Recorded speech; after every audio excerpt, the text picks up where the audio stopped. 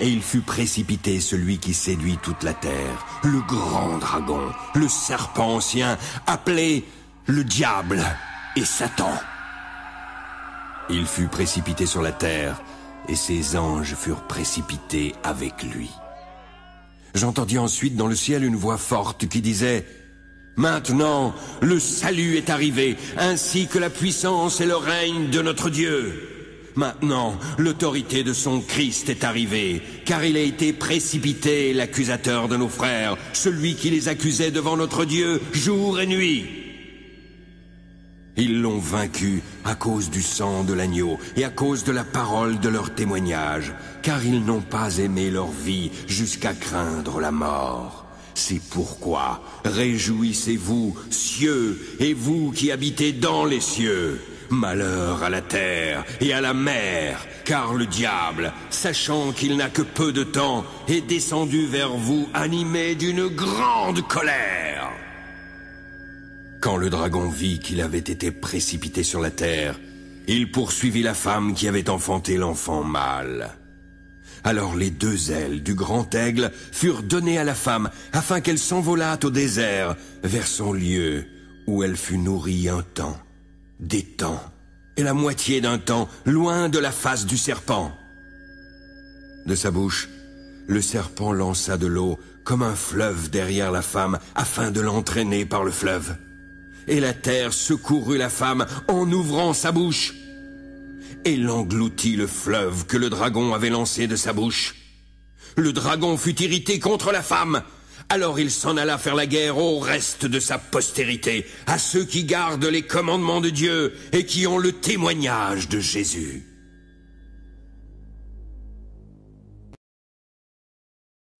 Voici, il se tint sur le sable de la mer. Puis je vis monter de la mer une bête qui avait 10 cornes et 7 têtes. Sur ses cornes 10 diadèmes, et sur ses têtes des noms de blasphème. La bête que je vis était semblable à un léopard. Ses pieds étaient comme ceux d'un ours, et sa gueule comme celle d'un lion. Le dragon lui donna sa puissance, son trône et une grande autorité. Je vis l'une de ses têtes comme blessée à mort. Mais sa blessure mortelle fut guérie, et toute la terre était dans l'admiration derrière la bête. Tous adorèrent le dragon, parce qu'il avait donné l'autorité à la bête. Ils adorèrent la bête en disant: Qui est semblable à la bête, et qui peut combattre contre elle?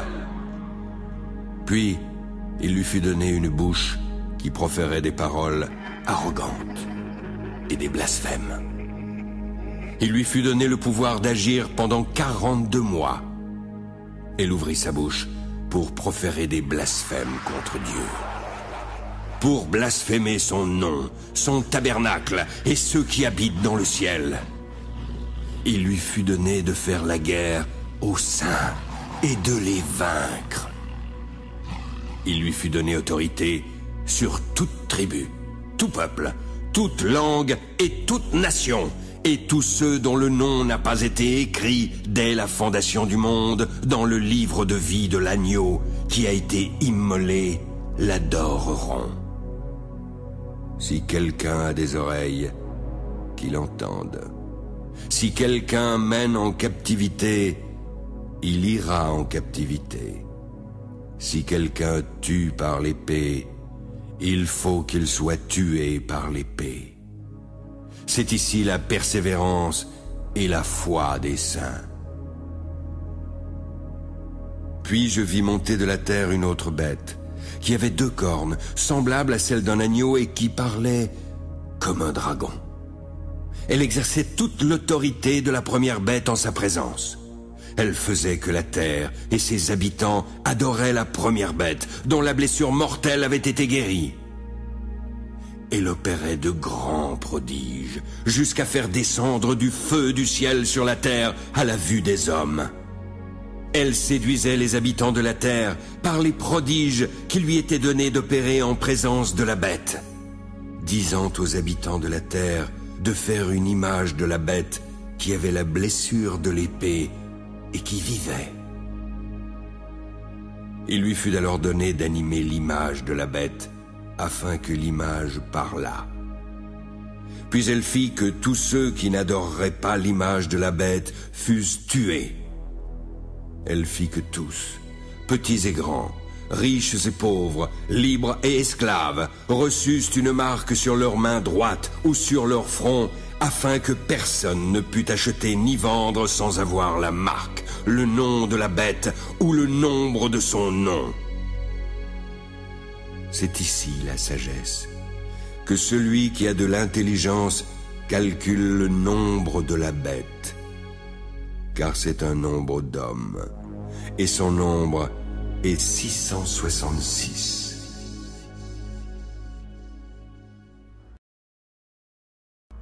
Comme je regardais, je vis l'agneau se tenant sur la montagne de Sion, et avec lui 144 000 personnes, qui avaient son nom et le nom de son père écrits sur leur front. J'entendis du ciel une voix comme un bruit de grosses eaux, comme le bruit d'un grand tonnerre. La voix que j'entendis était comme celle de joueurs de harpe jouant de leur harpe. Ils chantaient un cantique nouveau devant le trône, devant les 4 êtres vivants et les vieillards. Mais personne ne pouvait apprendre le cantique, si ce n'est les 144 000 qui avaient été rachetés de la terre. Ce sont ceux qui ne se sont pas souillés avec des femmes, car ils sont vierges. Ils suivent l'agneau partout où il va. Ils ont été rachetés d'entre les hommes, comme des prémices pour Dieu et pour l'agneau.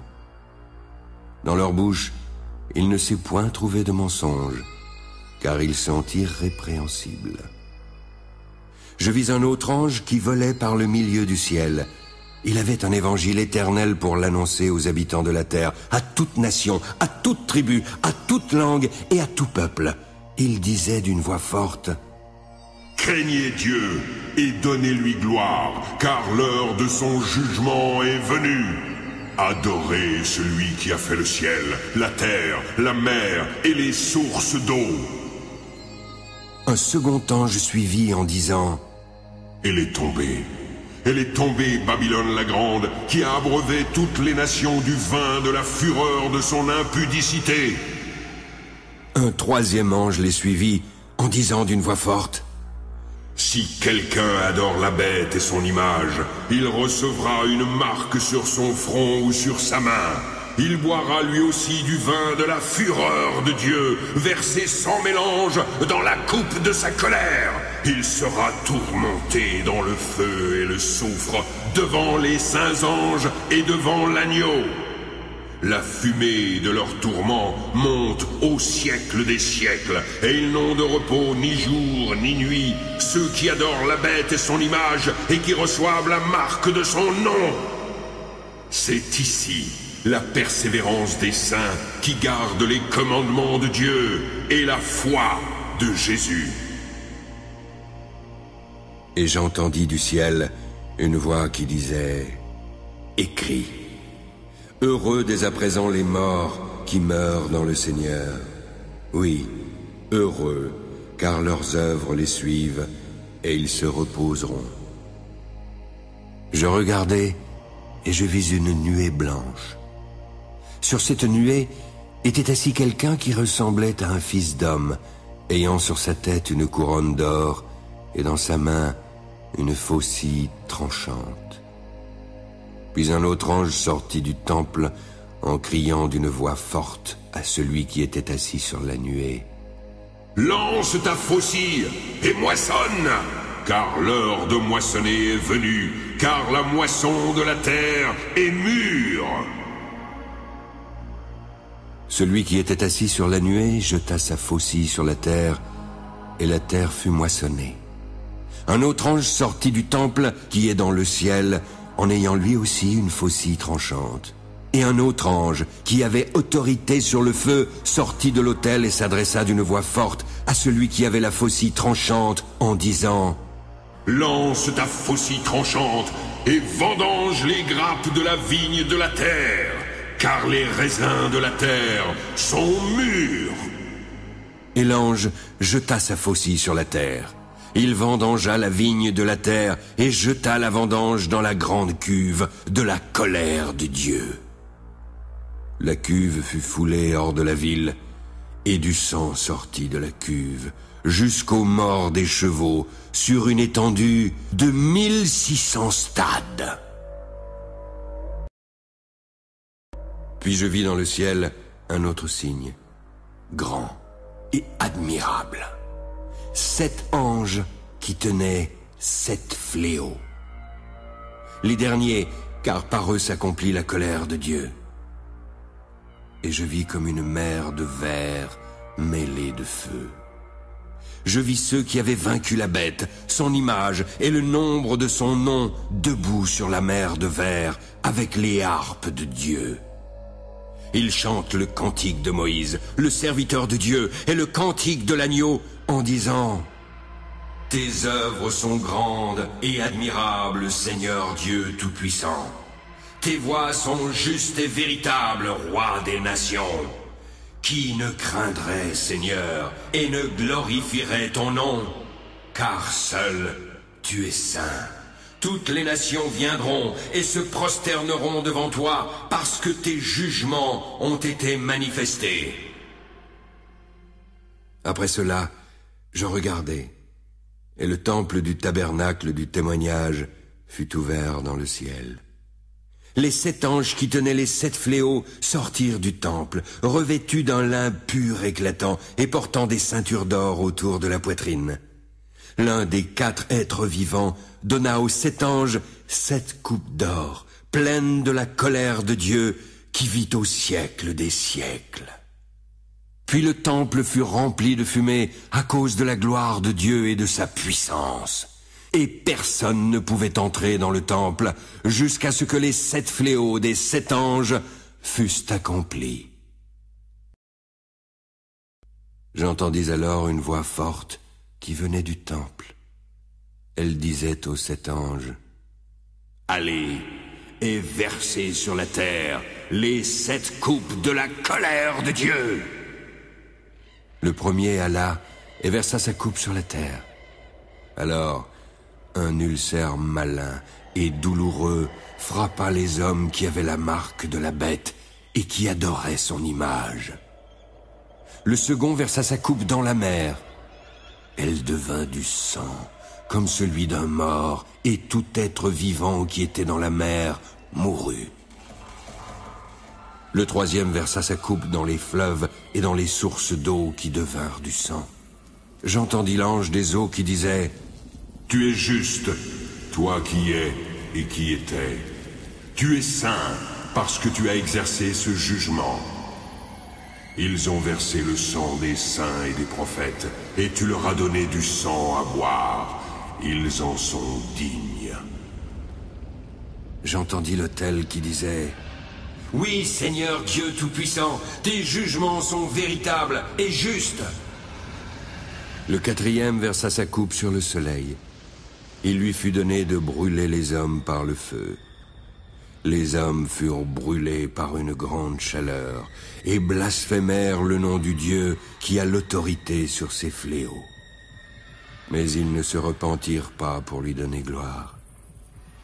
Le cinquième versa sa coupe sur le trône de la bête.